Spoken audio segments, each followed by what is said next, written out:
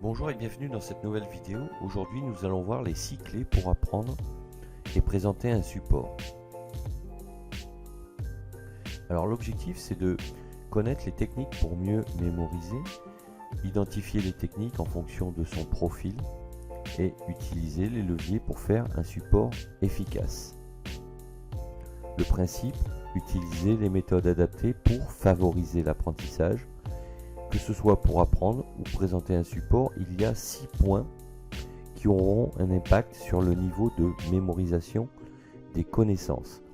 Et ces 6 points-là s'appliquent que l'on ait le rôle d'apprenant, c'est-à-dire qu'on soit stagiaire ou élève. En appliquant un ou plusieurs de ces 6 points, on aura une meilleure mémorisation des connaissances. Et si à l'inverse, on est celui qui fait le support pour les stagiaires ou les élèves, si on utilise un ou plusieurs de ces 6 points, on aura des documents et des supports beaucoup plus performants pour favoriser l'apprentissage. Alors, pour apprendre, il suffira d'appliquer un ou plusieurs points suivants. Cela dépendra aussi de votre profil VAC, que vous soyez donc visuel, auditif ou kinesthésique. Le principe pour présenter un support, lui, consistera à favoriser l'apprentissage et la mémorisation en utilisant une méthode pédagogique qui fasse appel à un maximum de ces points. Quels sont ces 6 points? Donc en sachant que nous retenons donc soit 10, 20, 30, 50, 80 ou 90% des informations selon que l'on ait une certaine action. Prenons le premier point par exemple, 10% de ce que nous lisons est enregistré par notre cerveau, alors que nous enregistrons 20% de ce que nous entendons, 30% de ce que nous voyons et 50% de ce que nous voyons et entendons en même temps, 80% de ce que nous disons et 90% de ce que nous disons en réalisant l'action pour laquelle nous sommes motivés.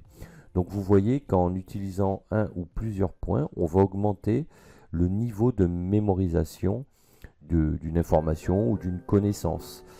Donc là aussi, qu'on soit stagiaire ou la personne qui va faire le support, en utilisant un ou plusieurs points, on augmentera la qualité de l'enregistrement et de la mémorisation de l'information. Alors pour les 10%, on parlera donc de la lecture. La lecture est un des moyens incontournables pour l'apprentissage, même s'il ne représente qu'un faible pourcentage d'enregistrement des informations lues, puisque lorsque l'on lit quelque chose, il y a une déperdition de 90% des informations, puisqu'on n'a fait que les lire. On ne les a pas, j'allais dire, apprises par cœur. On ne fait que parcourir un texte. Ensuite, on va avoir donc le fait que la lecture permet d'améliorer son niveau quand même en orthographe et ça permet de structurer ses propres écrits. Donc même si on n'enregistre que 10% des informations, ça a quand même un effet positif sur la façon après de rédiger. Et quels que soient les livres que vous lisez, que ce soit des romans, que ce soit des biographies, peu importe, à partir du moment où on lit un livre, quelle que soit la matière, à ce moment-là, on a beaucoup plus de représentation de texte, de structure et d'organisation, j'allais dire, grammaticale, et on augmente aussi le champ lexical des mots que l'on lit. Alors évidemment, c'est pas en lisant un livre par an qu'on va acquérir ces notions-là, mais en lisant plusieurs livres par mois, voire par semaine, mais on va dire, allez, restons seulement sur plusieurs livres par mois, on va augmenter son vocabulaire et ça a quand même un effet bénéfique. Après, on va avoir l'écoute. Alors, paradoxalement, l'écoute permet de mieux enregistrer une information que de la lire.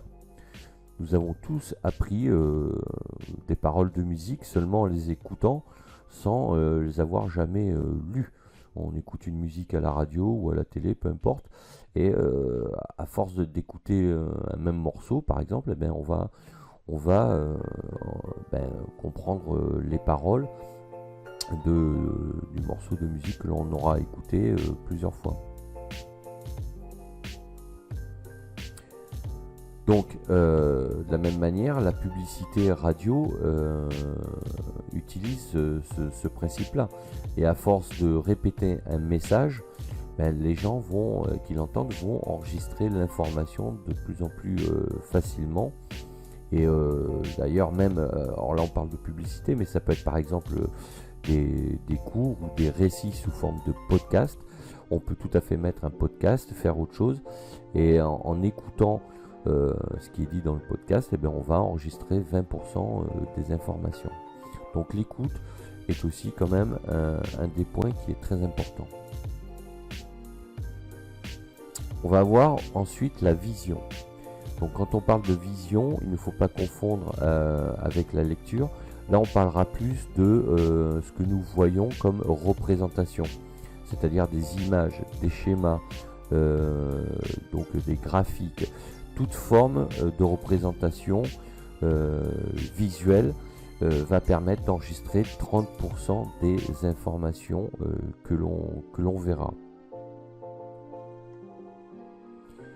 Donc souvent, ce qu'il faut savoir, c'est que lorsque l'on utilise une image comme animation d'agrément, ça peut avoir un impact. En revanche, si les images sont bien utilisées, alors là ça s'adresse plutôt à celui qui va rédiger un support, hein.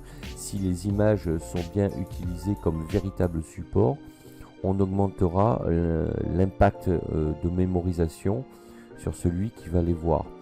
Donc si on utilise juste les images comme ça pour en agrément, il y aura un impact forcément moins important. Et si les images traduisent notamment des informations qui sont délivrées sous forme de voix off, on complétera le taux et on augmentera le taux de mémorisation de ce qui est vu par celui qui visualisera. Donc évidemment, si on couple 3 points, on va cumuler donc 3 capacités à enregistrer une information ou une connaissance. Donc si on conjugue par exemple la lecture, l'écoute et la vision, on aura un taux de mémorisation de 50%. Donc en termes d'apprentissage, l'association de ces 3 paramètres sera particulièrement efficace. Donc le dosage entre les trois reste quand même complexe, hein, parce qu'il va falloir que ça soit pertinent.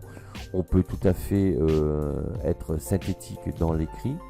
On peut avoir des images qui vont être en adéquation avec l'écrit, mais qui vont les compléter. Et quant au son, donc la voix off par exemple, par les commentaires, on va compléter de manière développée les images et textes qui eux seront synthétiques dans la présentation. Ensuite, on aura ce que l'on appelle la diction, c'est-à-dire que nous retenons 80% de ce que nous disons. Donc la diction, ça va être de lire à voix haute. Donc si on lit une phrase, on va la prononcer à voix haute et à partir de là, on va augmenter le niveau de mémorisation. Et enfin, on aura la pratique. Donc la pratique, ce qu'il faut savoir, c'est que nous retenons 90% de ce que nous disons en réalisant l'action. Alors ça concerne beaucoup plus ce que l'on appelle les kinesthésiques qui ont besoin de faire des exercices pratiques pour mieux mémoriser une information qui à la base est très théorique. Donc dans ce cas, nous apprenons en faisant. C'est le niveau de mémorisation le plus puissant.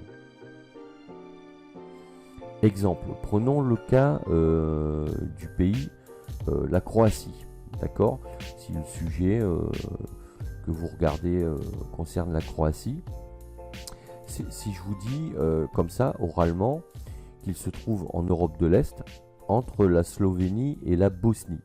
Vous retiendrez l'information, mais vous ne visualiserez pas forcément où ça se trouve. Alors, sauf si vous êtes un spécialiste de la Croatie ou vous avez un bon niveau de connaissance en géographie, mais prenons le cas général où les gens savent plus ou moins où ça se situe, mais sans savoir j'allais dire, placer le pays véritablement au bon endroit. Ben, à partir de là, il va falloir compléter les informations par d'autres éléments. Donc maintenant, seule la voix off vous situe le pays, mais avec avec deux cartes à l'appui, par exemple, vous allez voir la différence. Donc là, si je vous montre la Croatie sur une carte de l'Europe, on voit bien que le pays ici donc est situé sur donc l'Europe de l'Est, avec une flèche qui vous montre où est le pays. Et si on fait un zoom sur le pays, ben, là on voit bien que le pays est entre donc la Slovénie et la Bosnie. Donc vous voyez que comment dire, le point visuel va compléter fortement la voix off et l'écrit qui aura pu vous être délivré sous forme d'information ou de connaissances. Donc, et vous, quelle est votre méthode pour mieux apprendre ou présenter des supports? Donc, si cette vidéo vous a plu, n'hésitez pas à laisser un pouce bleu, à vous abonner à la chaîne et à partager sur vos réseaux sociaux. Et en commentaire, dites-moi si vous, en tant que stagiaire, vous utilisez plutôt du visuel, plutôt comment dire, si vous utilisez plutôt du texte que vous lisez, enfin quelle est votre méthode. Et si vous êtes quelqu'un qui rédige des supports et des documents, voilà, qu'est-ce que vous privilégiez comme méthode pour avoir des documents qui permettent d'enregistrer mieux les informations et les connaissances. Alors sachez que vous pouvez également télécharger gratuitement le livre Accomplissez-vous sur mon blog Cap sur vous, et d'ici là il ne me reste plus qu'à vous dire à bientôt pour d'autres vidéos. Ciao ciao.